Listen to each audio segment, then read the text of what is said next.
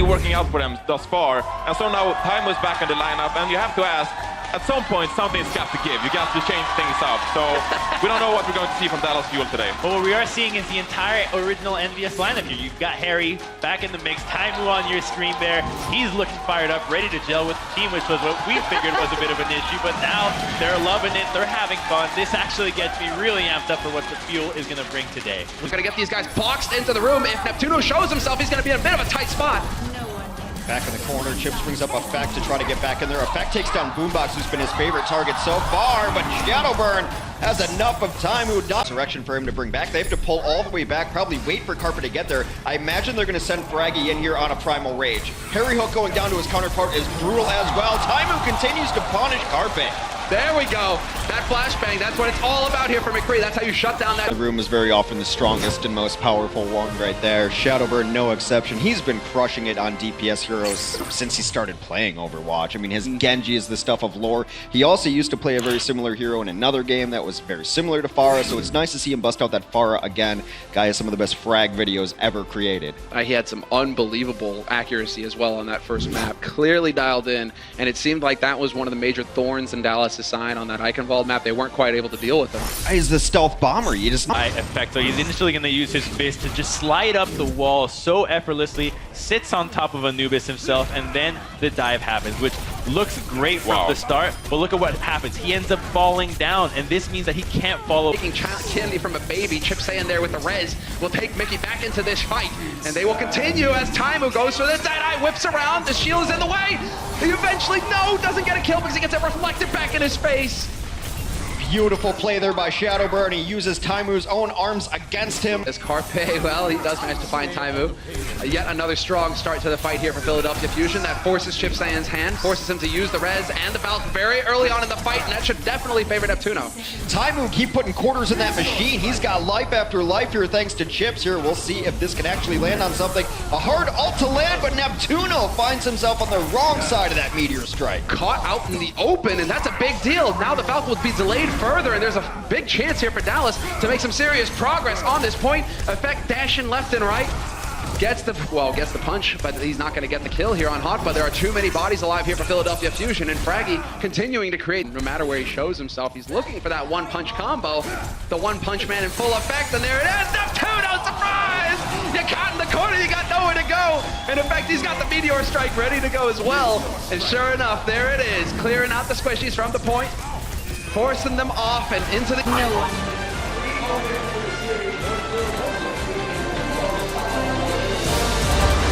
Coming in here, Transcendence being used over the fight by Freefield. Roshan still falls, he drops out of healing range, and he's down. But Fire King brings him back into the fight now. Surely it's going to be time for those Mercy ults, and you better believe it is. Pine drops, Freefield domes him there with an orb, and Meko finds Roshan over on the point there. You can see there's just MG on the payload. He's going to get it there! No! We're going to see NYXL jump back on towards it. Meko joins, and there it is. Mano drops in over the top. MG in Mini Diva form. Not much to do with just a Buddy Blaster. And that will be it. Shanghai are kept at the gate. Jeff, I want to send you a message. I've been a Tracer main since Season 4, and I don't appreciate that you guys are changing the game so that I can't play Tracer all the time. It is only pretty good now, okay? I need it to be really good. I need to be able to play Tracer and be the best all the time, okay? If you could please fix this, that would be greatly appreciated. Much love, Tracer mains.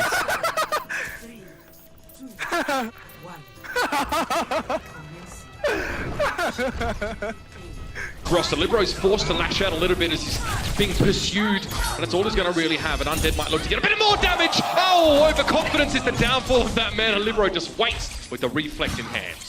But it was both support ults used by the NY. And when Five King drops at the beginning of these fights, it allows NYXL to hold on to their support ults, because you're not worried about no players coming back to life here for Shanghai.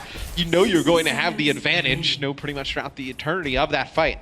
Now we get to see Shanghai attack yet again. They do have their Valkyrie. Just saw them use Transcendence. It'll be a pulse. Oh, that's it! Both, yeah. Well, we won't see Shanghai attack here. They'll actually have to run on back to their spawn if they can even make it. Will be the push that comes in from there.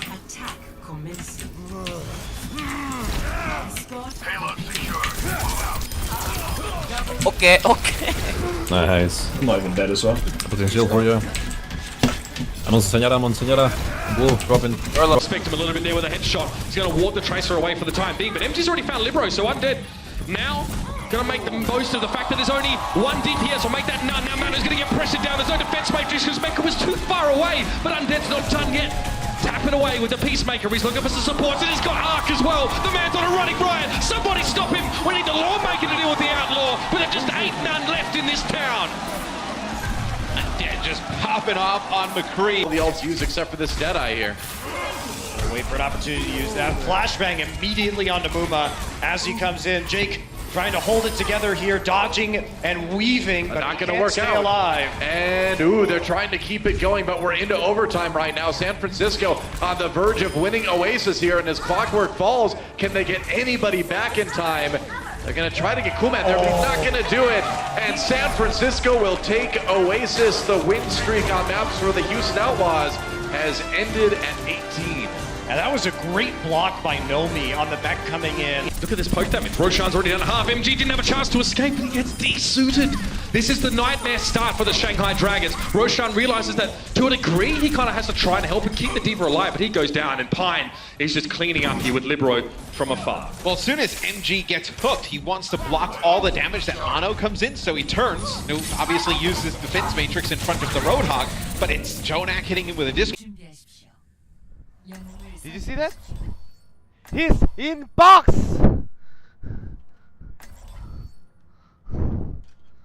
That's my trap!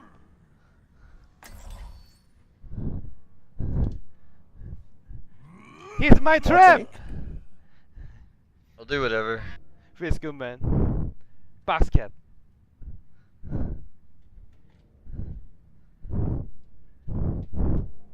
To knock them out of the first stage playoffs.